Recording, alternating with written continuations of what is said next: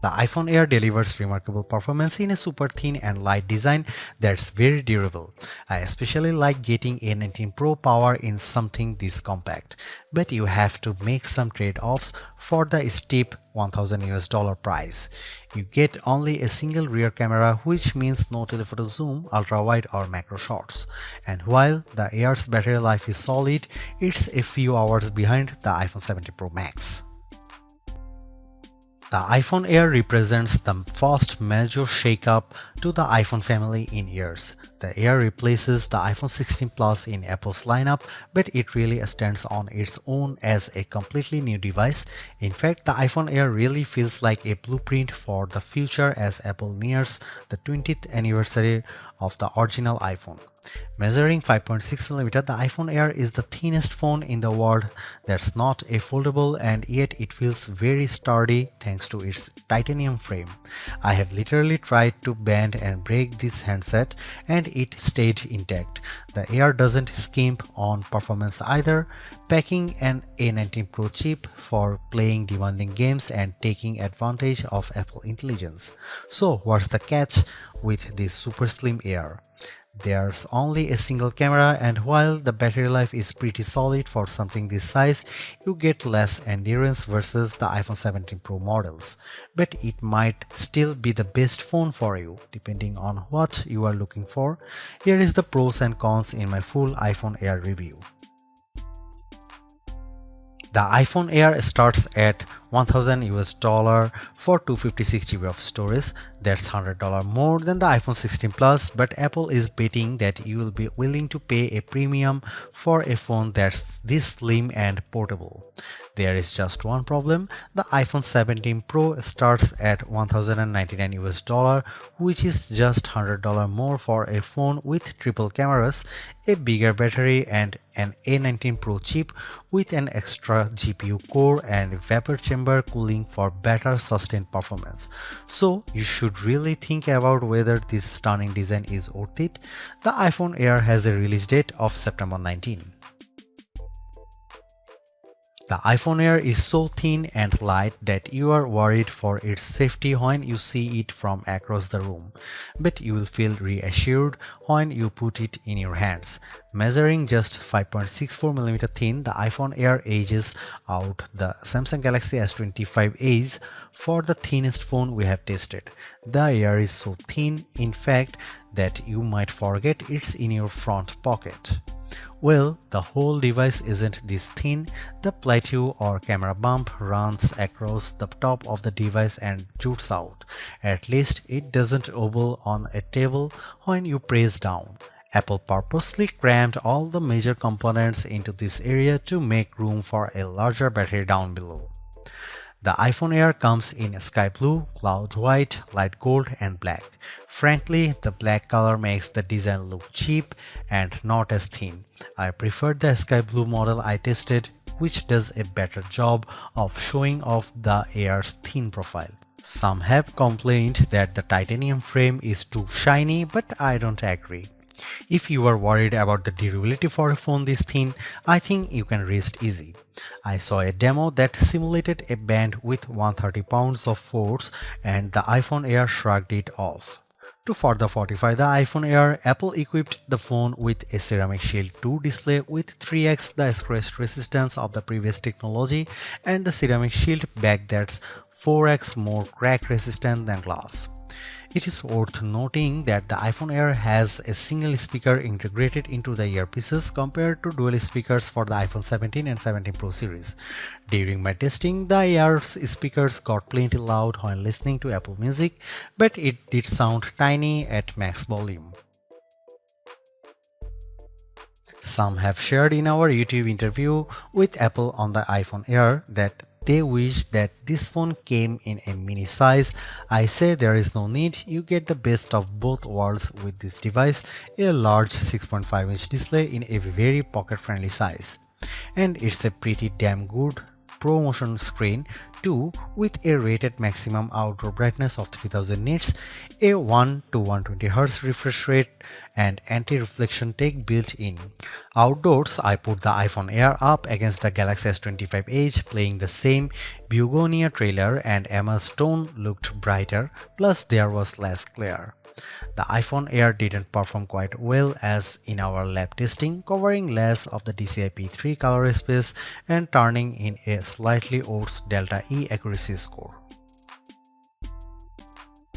The iPhone Air features a single 48 megapixel fusion camera with 2x optical quality zoom. No telephoto, no ultra-wide, but it is a pretty strong performer based on my testing.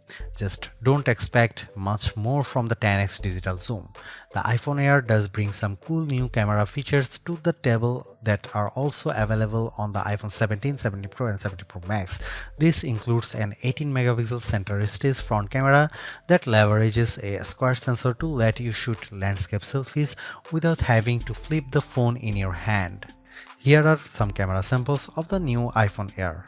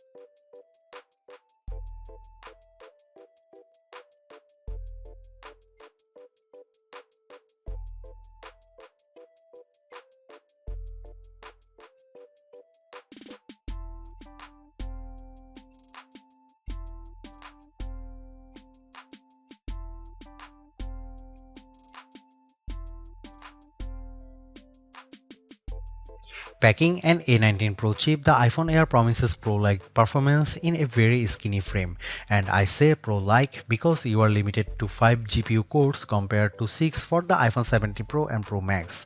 I enjoyed smooth performance when playing Destiny Rising, double jumping and using my grenade launcher on multiple enemies while enjoying crisp graphics.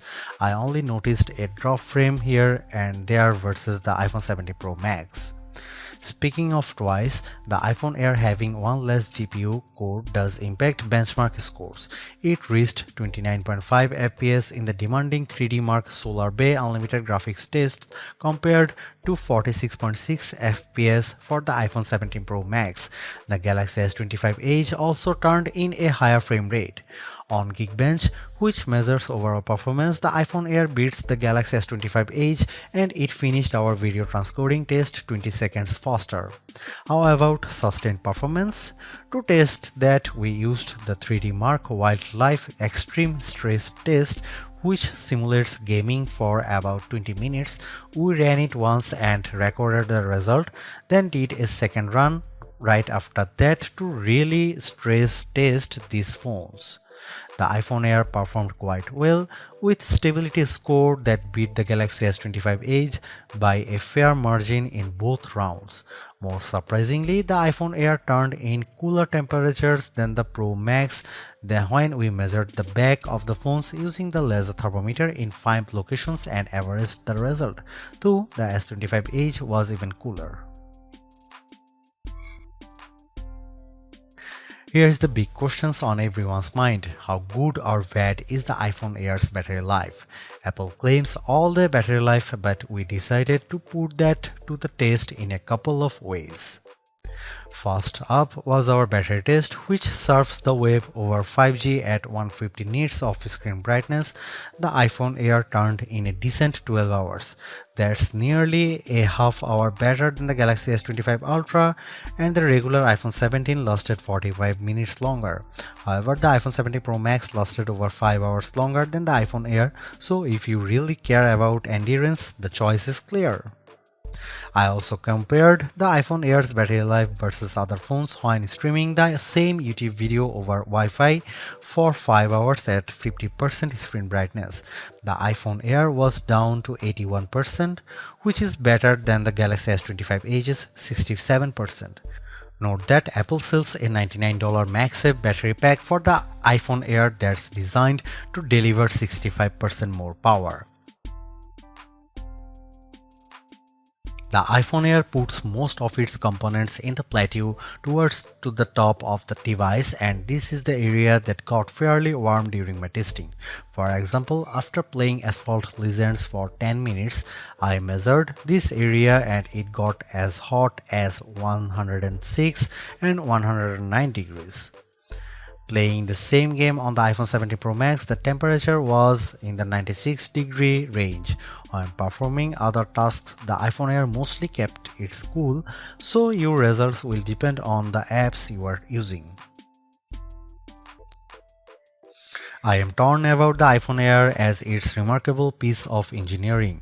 This design is amazingly thin and light, and Apple deserves serious credit for making it so durable.